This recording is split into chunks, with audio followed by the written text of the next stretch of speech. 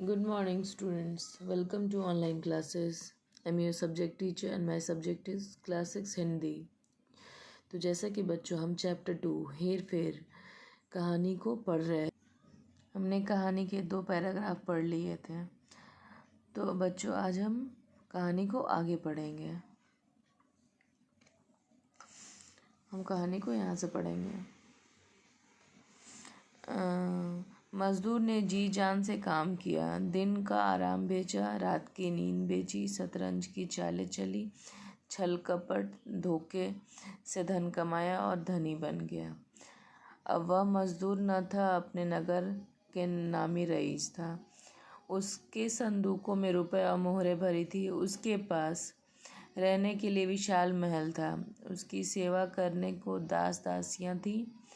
उसकी सवारी के लिए घोड़े और पालकियाँ थीं। लोग उसके सामने सिर झुकाकर आते थे। तो जैसा कि बच्चों बताया जा रहा है कि मज़दूर ने काफ़ी मेहनत किया, दिन रात अपनी आराम को बेची, अपनी नींद को बेचा, शतरंज की चालें चली, छल कपट किया, उससे वह धन कमाया और धनी हो गया।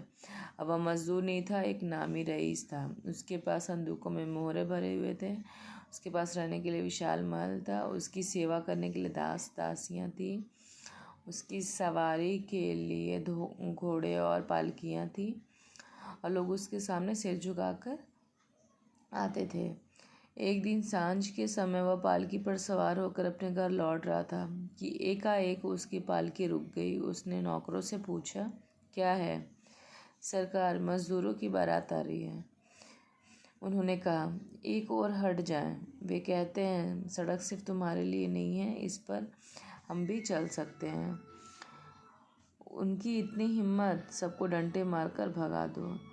जब वह एक दिन सांझ में अपनी पालकी से घर लौट रहे थे तो एकाएक पालकी रुक गई। तो उन्होंने अपने नौकरों से पूछा कि क्या है, क्यों गाड़ी को रोक दी गई पालकी को? सरकार, मजदूरों की बारात आ रही है। जब उनके पूछने के बाद उनके नौकरों ने कहा, सरकार, मजदूरों की बारात आ रही है, और उन्होंने कहा कि एक और हट जाए।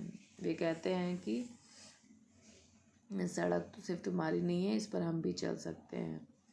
ऐसा सुनने के बाद नामी रईस ने कहा कि उनकी इतनी हिम्मत, सबको डंडे मारकर भगा दो।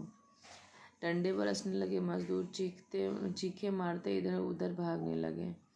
थोड़ी देर बाद वहाँ एक भी मजदूर न था, पर उनकी चीखों से पालकी पर सवार अमीर का दिमाग खराब हो गया।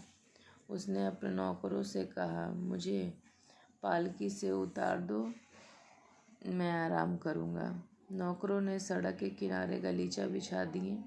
मालिक को आराम से बिठा दिया। उसे मालूम हुआ जैसे वह यहाँ कभी पहले भी बैठ चुका है, शायद कई वर्ष पहले, शायद किसी पिछले जन्म में। तो डंडे बरसने लगे। मजदूर चीखते चिल्लाते भागने लगे। बच्चों, थोड़ी देर बाद एक भी मजदूर वहाँ नहीं था और चीखों से मजदूरों की अमीर का दिमाग खराब हो गया। उसने अपने नौकरों से कहा कि पालकी यहीं उतार दो, मैं यहीं आराम करूँगा। अब वो नीचे सड़क के किनारे नौकरों ने उसे गलीचे बिछा दिए और मालिक आराम से बैठ गया। तो उसे ऐसा महसूस हो रहा था कि जैसे पहले वो यहाँ पे बैठ चुका है पिछले जन्म में। इस समय उसका शरीर अपनी पोशाक में गर्म था। उसके सामने उसके नौकर हाथ बांधकर खड़े थे और शहर में उसके राजसी महल का द्वार उसके लिए खुला था। वह नरम गलीचे पर पालथी मारकर बैठ गया और अपनी आंखें आकाश की ओर उठाकर बोला, हे प्रभु, इन अभागों मजदूरों के पास न दौलत है, न ही महल अटारी, न नौकर चाकर, फिर तूने इन्हें पैदा क्यों किया? क्या सिर्फ इसलिए कि ये लोगों के रास्ते में आ खड़े हो और हमारा समय नष्ट करें? आखिर दुनिया को इनकी क्या ज़रूरत है? तो बिल्कुल ऐसा सोच के वो अपने प्रभु से बोला कि इन अभागे मजदूरों को पैदा क्यों किया? न धन दौलत है इनके पास, न महल अटारी, न नौकर चाकर, फिर तूने इन्हें क्यों पैदा किया? सिर्फ ये लोगों को रास्ते में आ खड़े हों और हमारा समय नष्ट करें?